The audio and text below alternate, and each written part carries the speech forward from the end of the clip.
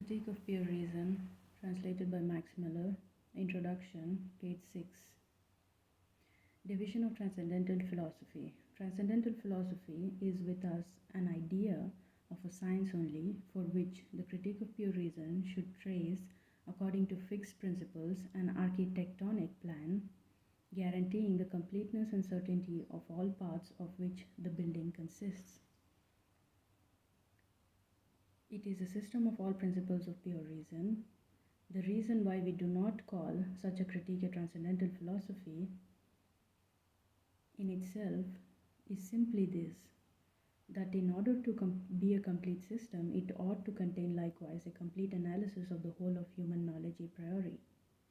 It is true that our critique must produce a complete list of all the fundamental concepts which constitute pure knowledge. So he says transcendental philosophy is a science of a critique of pure reason. So our aim is to produce a system of human knowledge which is completely a priori. So this is our goal. But it need not give a detailed analysis of these concepts, nor a complete list of all derivative concepts. Such an analysis would be out of place because it is not beset with the doubts and difficulties which are inherent in synthesis and which alone necessitate a critique of pure reason, nor would it answer our purpose to take the responsibility of the completeness of such an analysis and derivation.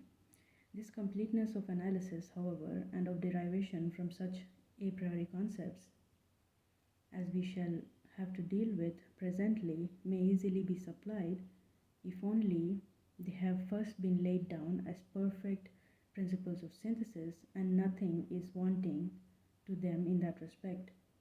So he says, in order to arrive at the system of a priori knowledge, what we need is perfect principles of synthesis. All that constitutes transcendental philosophy belongs to the critique of pure reason, nay, it is the complete idea of transcendental philosophy, but not yet the whole of that philosophy itself. But it carries the analysis so far only as is requisite for a complete examination of synthetical knowledge a priori. So he says the critique of pure reason is aimed at creating this realm of philosophy called transcendental philosophy. And transcendental philosophy is nothing but a realm of possibilities, a realm of synthetical knowledge, a realm of synthetical judgments about the nature of the world, which are completely irrespective of empirical experience or sensory experience. This is our goal. This is the goal. The most important consideration in the arrangement of such a science is that no concept should be admitted which contain anything empirical, and that the a priori knowledge shall be perfectly pure. So he's saying the most important condition here in our process of framing transcendental philosophy or the system of synthetical knowledge about the nature of the world is that nothing from empirical experience has to be added into this realm of knowledge. Therefore, although the highest principles of morality and their fundamental concepts are a priori knowledge, they do not belong to transcendental philosophy, because the concepts of pleasure and pain, desire, inclination, free will, etc., which are all of empirical origin, must here be presupposed. So he's saying the concept of morality does not belong to the realm of a priori knowledge, and the reason is the concept of morality has within it the concepts of pleasure, pain, desire, inclination, and free will. And these experiences of pleasure, pain, desire, inclination, and free will have empirical origins. We cannot think about pleasure, pain, and desire as being independent of empirical origin, because pleasure has its object in the physical world, desire has its object in the physical world. And it is impossible to feel pleasure and pain if we are not in interaction, if we are not in empirical contact with the physical world. So he says the concepts related to morality do not fit into our realm or organum of a priori knowledge or synthetical judgments about the nature of the world. And the reason is that they have empirical origin. They are in many ways related to our empirical interaction with the world. Transcendental philosophy is the wisdom of pure speculative reason. So he says pure speculation, irrespective of any kind of empirical interaction with the world, is transcendental philosophy. So transcendental philosophy is the realm of possibilities, but not in the empirical experiential realm, but it is a purely speculative realm. Everything practical so far as it contains motives has references to sentiments, and these belong to empirical sources of knowledge. So he says everything which is practical and not speculative belongs to the realm of sentiments and the realm of empirical knowledge, and this is not of any interest to us, or this should not be. So, if we wish to carry out a proper division of our science systematically, it must contain first a doctrine of elements, secondly, a doctrine of method of pure reason. So, he says our plan to set up this transcendental philosophy can be realized systematically in two manners, in two stages. And the first stage is the doctrine of elements, and the second stage is a doctrine of method. So, we first have to discover or invent elements using which the method of framing systematic or synthetic judgments about the nature of the world, which is called pure reason, can be realized. Each of these principal divisions will have its subdivisions, the ground of which cannot, however, be explained here. So much only seems necessary for previous information that there are two stems of human knowledge which perhaps may spring from a common root known to us, which is sensibility and understanding, objects being given by the former and thought by the latter. So he says, in order to set up this system of transcendental philosophy and to arrive at a doctrine of elements and the doctrine of method within the realm of a priori or pure knowledge, we will have to also consider the ground of empirical knowledge. So he says, knowledge, there are two stems of human knowledge. So knowledge has two stems, two sources. There are two sources of knowledge which perhaps may spring from a common root. So he's saying there are two realms of knowledge, but they might have a common root, they might have some commonality, and those two stems or those two realms are sensibility and understanding.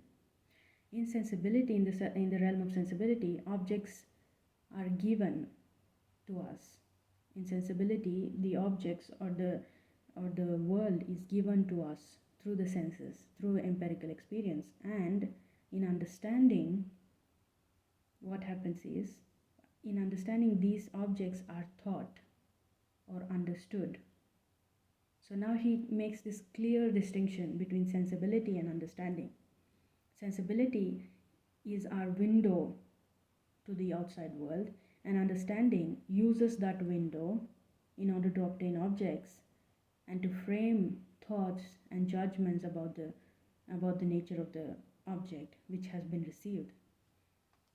If our sensibility should contain a priori representations constituting conditions under which alone concepts can be given, it would belong to transcendental philosophy, and the doctrine of this transcendental sense perception would necessarily form the first part of doctrine of elements, because the conditions under which alone objects of human knowledge can be given must precede those under which they are thought. So he's saying now sensibility seems to be a purely empirical realm, but our intention here is to stick with transcendental philosophy. So what he is saying here is, we can convert sensibility, which is empirical experience, into a priori, in the sense that he's saying that sensibility also has an a priori element to it.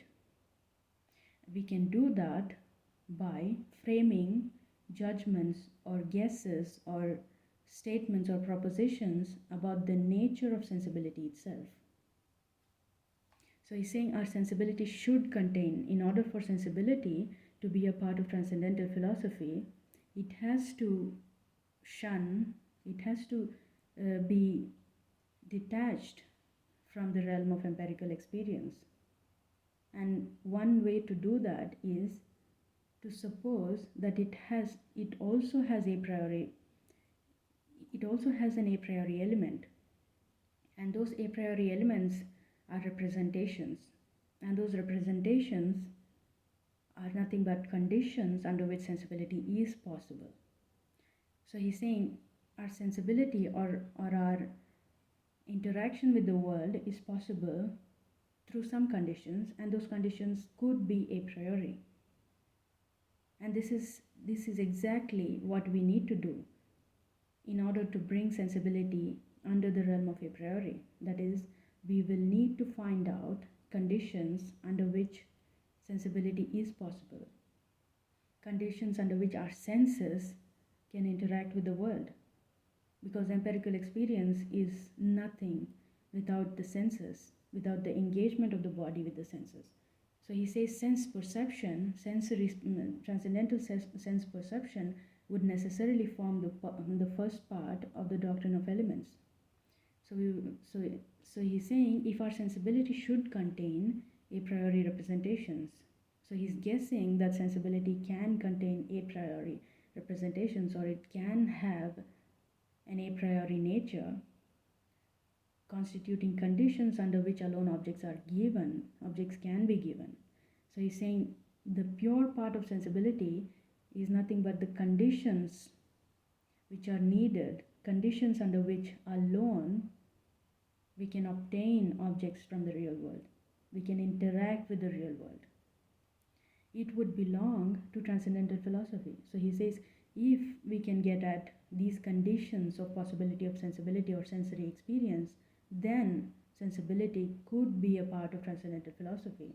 And while we are doing this, this process of extracting the pure from the empirical part of sensation is the doctrine of this transcendental sense perception. So extracting the pure part or a priori part of sensory experience is itself the first part of the doctrine of elements. So the doctrine of elements, being the first stage of framing transcendental philosophy, includes our adventure in exposing the pure or a priori side of sensory experience. Because he says the conditions under which alone objects of human knowledge can be given must precede those under which they are thought. So he's saying it is inevitable for us to disregard the realm of sensibility. We will have to extract some pure or a priori principles from this purely empirical realm of sensory experience for us to even think about creating this system of a priori knowledge or of synthetical judgments or of pure reason. So the first step in framing a transcendental philosophy is extracting the pure elements or the conditions of possibility of experience itself in sensibility. So this is the first step in this whole process of transcendental philosophy.